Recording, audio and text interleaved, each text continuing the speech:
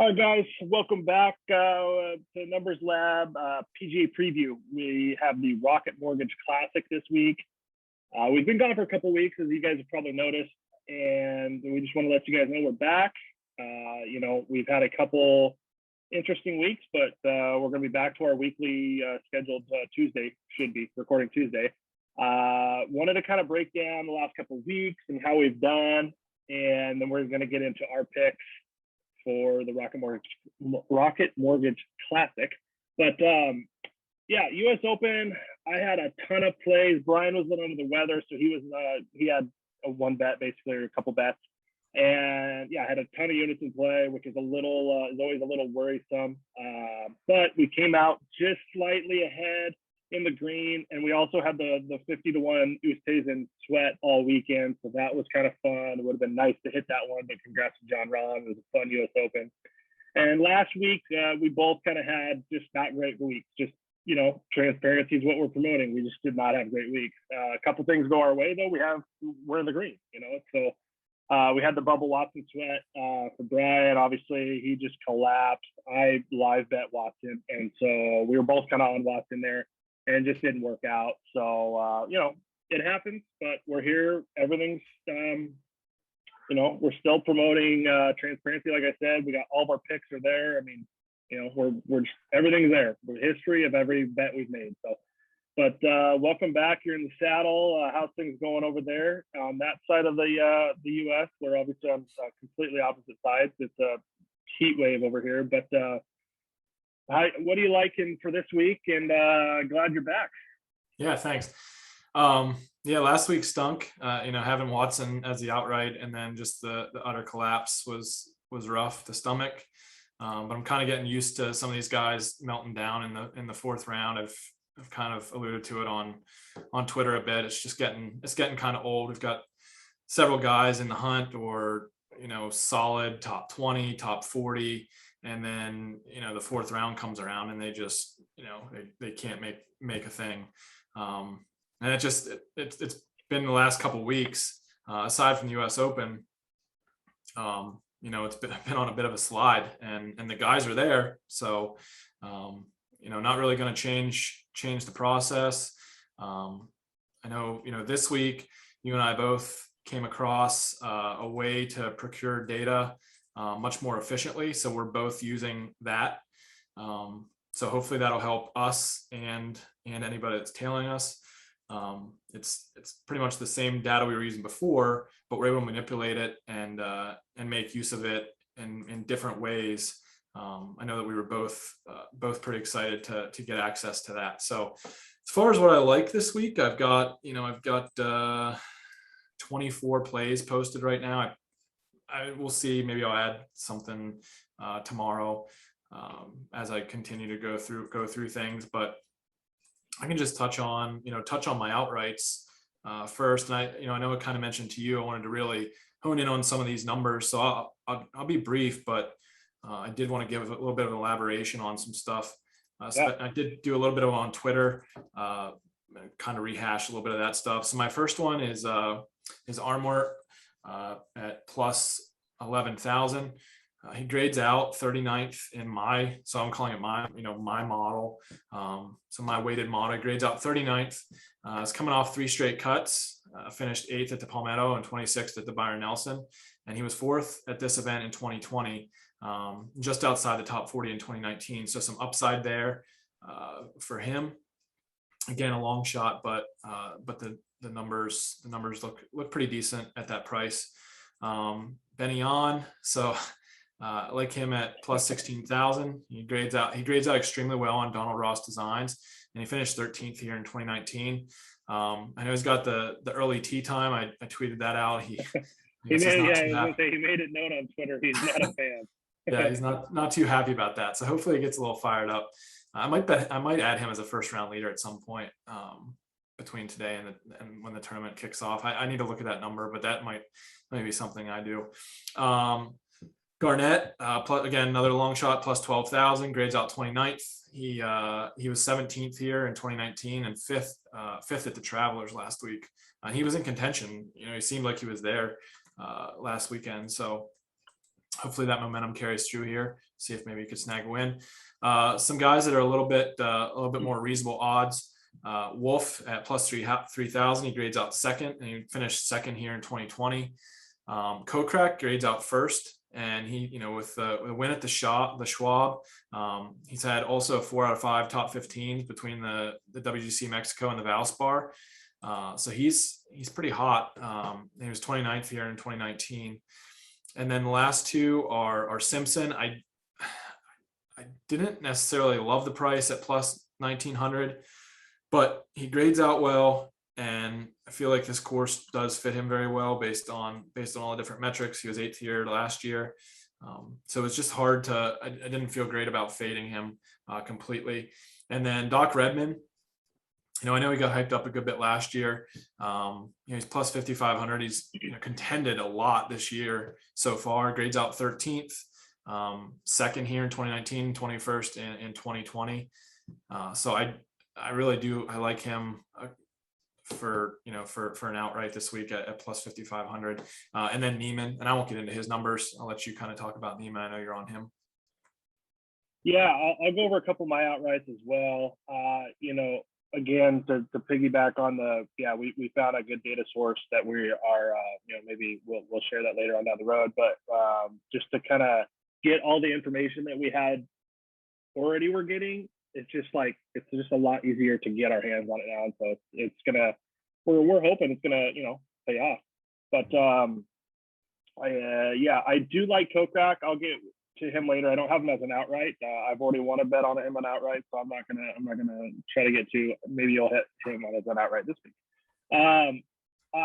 Again, he doesn't come up on my model that I'm working on, but I got Zalatoris at 25-1.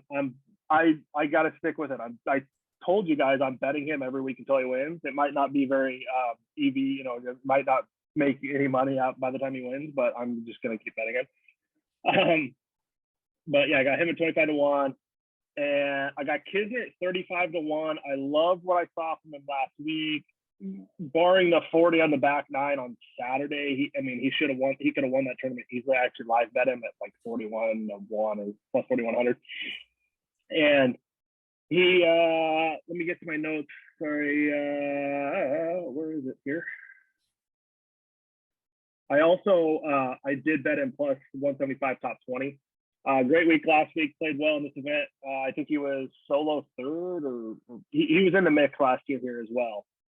And it's weird because this course, it's only the third year of the tournament at the course.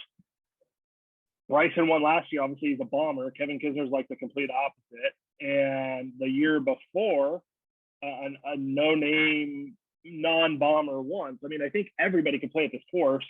And the winning score is going to be if you make birdies. So you're going to want to look to a guy who can make a lot of birdies. And that was one of the metrics that I was looking at, is birdie or better percentage and that kind of thing, opportunities. And 22 under, 20 under, and that's going to win this week. I do like Doc Redman as you. I hate how much I actually like him, that he comes up, not a lot of people know who Doc Redman is, let's be honest, but I got him at 50-1. I got him plus 250 top 20, and I got him in for a top 40 as well. I think even money. That might be my biggest bet of the week. I think I got 2 units. You'll notice all the guys that we don't bet like 5-unit plays or lay minus 250 either. We've said this before. We usually stick to those 1 to 1.5 to 2 unit bets. If I bet 2 units, it's literally probably going to be my biggest bet of the week. But also got Ricky Fowler, 50-1. He's going to turn it around. He's headed in the right direction. It's his sponsor tournament, so I think he's going to have to show up and play well. I think he's just on the right track. So I got him. And then a long shot, I got Mark Hubbard at 125-1. He came across, he graded out fairly well. He was T12 last year, T13 at the Travelers last year. So at 125-1, it seems like he's playing some pretty good golf right now. And I also have him plus 700 for a top 20. And then I also have him plus 260 for a top 40. So I'm expecting a good week out of him. Some of these guys obviously we're going to just without sounding disrespectful, they're some no-name guys, but it's a tier kind of 3 field without Bryson or with Bryson and like Patrick Reed, those kind of guys. There's very few big names at the top, and then it kind of just goes down to those middle tier guys. But and then I have Cam Tringale at plus 5,000. So I got like 3 guys at 50 to 1 that I kind of like. I think that he grades out very well, and he's the metrics that I was looking at, he was popping up there quite a bit. So as far as my outrights, that's what I have for now. I have a ton of plays on there as well. I probably close to as many as you, if not a little bit more. But again, some of these plays are half unit, quarter unit, 3/4 unit. So we're trying to practice somewhat bankroll management on these because we have so many plays. And I think later on we are going to do a bankroll management show, but that's kind of a teaser. We are going to do that at some point. But I know you wanted to dig into some more of the numbers of kind of how you got some of the guys that you have. And so I'll kind of turn it over to you. We can get into some of my top 40 plays later, top 20s, but as far as my outrights and to kind of go a little bit more in depth, but now I'll turn it over to you. Yeah, and I'm gonna add Mark Hubbard top 40. He was on my kind of just missed list, and you're talking about. I just kind of went back and looked at something else, and that's a good bet. I think those numbers on him are really good. So I'm gonna add Mark Hubbard top 40 as soon as we get off here. As far as my, and I'll just kind of touch real quick on the bankroll part of it. So looking at the outrights, I mean, my total outlay on outrights is 2 units. So, and all of those are, all those outrights are to win, are risk to win 10 units. So we're looking to profit 8 units there. If we don't hedge of any kind. Now last week, had Watson, but there was no way to hedge. There was just too many guys. Harris English, you probably could have picked him out. It just seemed like he was gonna come to the top, but there was just too many guys there to do any kind of reasonable hedge. I know we've had a couple this year and we've been on a lot of outrights pre-tournament that have really been in the mix. We've had the leaderboard, pegged, and we've had an opportunity to hedge out. So if we can do that, we're looking at basically an 8 unit profit. We can potentially, if we get down to a 2 horse race, we can potentially hedge and guarantee ourselves a couple units profit there. So just kind of want, we do have a decent amount of plays. I have 24, going to be 25, you have 28, but the total risk is not anything crazy. So my total risk will be, probably less than 13 units, which is unreasonable.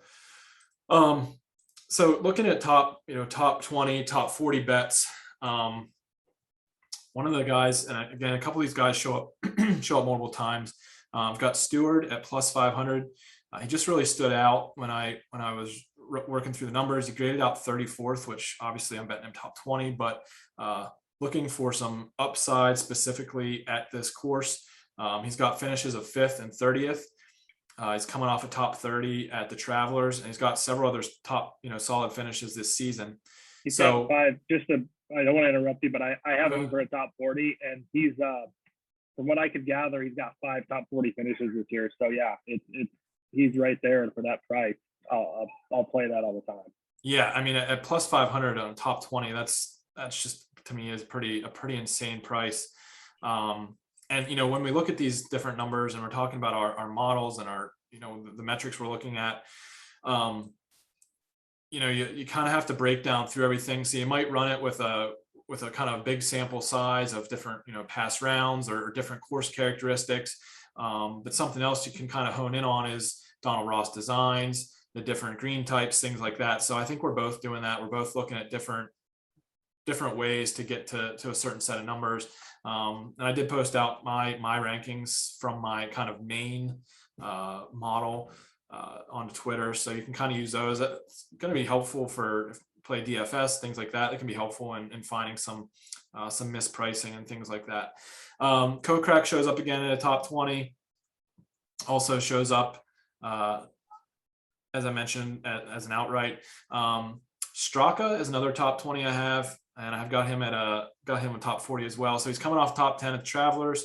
Another couple solid finishes this year. Finished 8th in 2020 and 11th in 2019 here, and he grades out 5th in my numbers. So liked him at plus 360, and that's a 1-unit bet for a top 20. And then I've also got the top 40 at a 1.5-unit bet. So that's at plus 140. And I know you mentioned the kind of 2-unit, 1.5-unit risks on some of these guys. Redmond, I've got him in a 1.5 for a top 40 at even money. So we're both common ground there on that. Just run down through my top 40s quick. Landry at plus 500. He's got 3 top 40 finishes this year, grading out 4th.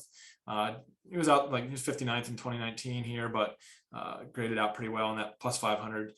Can't ask for much more than that. This pains me, but I'm betting Roy Sabatini again. He finished 3rd here in 2019 and then was miscut last year. He stinks. He's not good. I bet him. I forget which tournament I just bet him in. I posted on Twitter, but I don't remember if it was the Byron or the Schwab or something. And he was in it, and he graded out very well that week, and he was there, and then he just melted down. But we're getting plus 360 on him for top 40. So I think that's a good price on him. It's gonna be a 1/2-unit bet to almost win 2 units. So Ches Reavie plus 145. I was really surprised that I was getting that good a price on him. He's got 3 straight top 40s, grades out 11th. He did miss the cut here in 2019, but that was 2019. So a lot can happen in those 2 years in development. Stewart shows up there again, top 40. Bryce Garnett, top 40. Straka shows up again, and then two other guys that I haven't mentioned before is Munoz. He grades out 66th. This is somewhat of a field play. He's coming off 3 straight missed cuts. He finished 3rd at the Schwab. This is a field play. So the numbers don't necessarily support this play. It's more of a feel. And then 2 long shots, Curtis Thompson plus 400. I'm not going to get into the numbers on him. That's somewhat of a field play too. And then Ventura plus 500. He grades out 12th, and he finished 21st here in 2020. So got only a 1/4 unit on him, but at that price, felt it was pretty good. And like I said, I'm gonna add Hubbard top 40 here once we get off. Yeah, and that's the thing is we can look at the numbers, and then obviously there's some field plays that go into it, and that's just kind of we're not just like throwing darts on a dartboard. I mean, we do have a reasoning, but like we all have made plays like that. I'll go over just a couple more. I did forget to go over Neiman. You did set me up for that one, and I forgot to. I think he's going to be pretty popular this week. I played him at his number moved, I think, a little bit. I got him at 25 to 1. He grades out well in a lot of the key stats that I've been looking at for this tournament. The only thing I don't necessarily like is he's not great on POA. But other than that, if he can figure out Poana Greens, I think he's going to be in the mix this week. But anyways, that was the only thing I didn't quite like was I think he was losing some strokes to the field on those kind of greens. But I do have him as an outright. Obviously, went over my other ones. A couple of top 40s that I have that I played. I don't know if I'm going to add any more. I probably shouldn't. But there's a couple more guys that I do kind of want to add. I just don't know if they're going to make the card. Satoshi Kadera, I have him top 40 plus 240. The guy has 4 straight top 40 finishes and gave me plus 240. I'm going to take it. So I have a unit on that to win 2.4.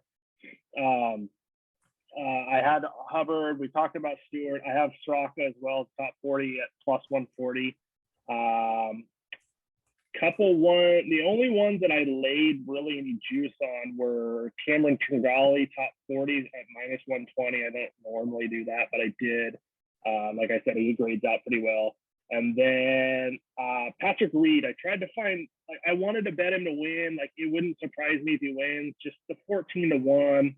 I'd love to get anything over 20, and I'd probably bet him. I just, at that point, the way we bet outright, I don't want to lay almost a unit for him to win, Same with Bryson. Like, if Bryson goes out and wins plus 750, I mean, great. Like, I'm not going to bet a unit. It sounds crazy that there's not value. It's value if you hit, I guess. But in the way I look at things, I'm not going to bet a unit and a half to win 10 or whatever the math is. Mhm. Would it surprise me if he wins this week? Absolutely not. He won last week or last year. Will it surprise me if he misses the cut? No, it won't. But it just is, I just think he's coming off. He's played a lot of weeks in a row too, and that was something I'm trying to look at. Is if it's like that guy's like fourth week in a row. I just don't know if I'm going to bet him because normally these guys aren't playing more than that many weeks in a row, and so he's kind of towards the end of his like, hey, I'm taking a break before they open kind of thing or whatever. I don't know if he's playing in the John Deere next week, but you know what I mean? He's just played a lot of weeks in a row, so is that going to catch up with him? I know he's a freak, but you know what I mean? Those are the kind of things I like trying to look at now. It's like, okay, how many weeks in a row has this guy played? So, anyways, that's why I haven't bet Bryson or Patrick Reed. Just I bet him top 20 to get in the roundabout way. I laid minus 135, but he grades out well again, and he's one of the better players in the field this week. So, but really, I think I covered most of the guys that I bet. I mean, Zalatoris, I got Kokrak top 10, plus 300. So he's got five top 10 finishes this year, I think, if I added them up right. So obviously he won, and then he won late last year. So he's been playing some good golf. So you have him as an outright. I bet him, plus 300, top 10. So everybody else, trying to see if there's anybody else I can cover that we didn't already cover. Yeah, I mean, and Kokrak hasn't played. He played the Open, missed the cut, so he came off that win at the Schwab. It was probably a little bit of letdown at the Open, but prior to that, I mean, he was on fire the whole way back, to the start of the year. Like I said, he rattled off those 3 straight top 10s at the WGC, the Palmer, and then I believe the Players. He was still solid at the Masters. He made the cut, and then obviously on his trek to winning the Schwab. But I think he'll be there. I think he'll be there this week. I'll be surprised if he's outside the top 10 this week.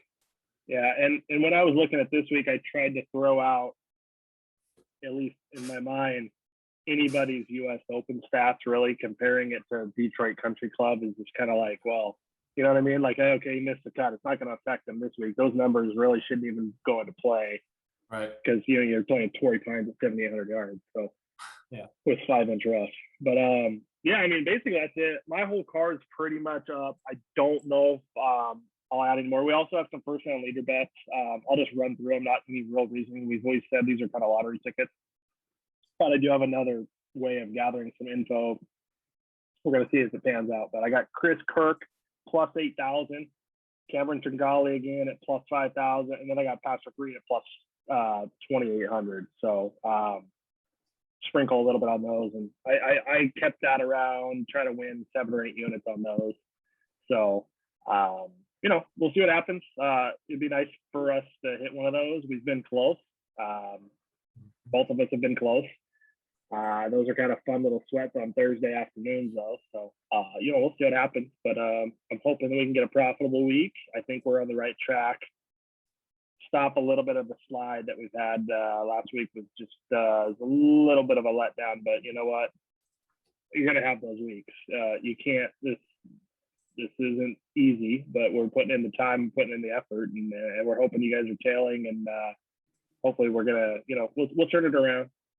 I'm down, a little bit of units, but nothing we can't handle. And I'm making up for it on baseball for challenge that too. So I'm up 24 units on that. So and you're crushing NASCAR. We got, before we end the show, even this is our main golf show, we hit NASCAR plus plus 700 or 800 or whatever it was, but so that helped the weekend. So we're on the right track, and we're picking winners in multiple sports. So yep. Anything else you want to add? Or I mean, I've got 3 first-round leaders. Like you said, they're just kind of a lottery ticket. I got Griot, Kisner, and Redmond. Tringali, you mentioned Tringali. That might be another one to add. But very minimal risk. I don't think I barely even have like a half unit outlay for first-round leaders. It's kind of an first-round leader bets are somewhat of a degenerate type play. So for sure. They're a fun little sweat, like get a little quick action on a tournament. So Definitely. Yeah. Hopefully we can hit one, and then you start the week out right. You're like, all right, we're plus Yeah. 8 units or whatever. So, but no, I think that's it. I think we covered everything. We're going to continue to put out content, and like I said, hopefully we're going to be back to a fairly steady record Tuesday, be out Tuesday night shortly after. So, and then our card, we're tweeting out our plays kind of as they come. Like I did a little bit of a similar to what you did on Twitter as well, as far as kind of my reasonings or who I had some bets on it. And they can just go to the Google Doc, everything's there, and records, all the plays, all that good stuff. So, don't forget to follow us on Twitter as well. If you're not, we're gonna trying to figure out a way we could on this video put our Twitter handle, but we'll figure that out. We're learning YouTube as we go, guys. But Brian's BLG923, I believe. Mine is I am Ryan Frank, and our Numbers Lab page is just Numbers Lab _ if you're not following us out over there already. So give us a follow. Post plays daily. For sure, I'm posting baseball plays daily. I very rarely take a day off. So, and we're winning. So, if that's it, we're gonna let you guys go. Let's hit it outright and maybe some other good bets and have a profitable week. And then we will see you guys next week. Have a safe and happy 4th of July, and we'll see you guys next week.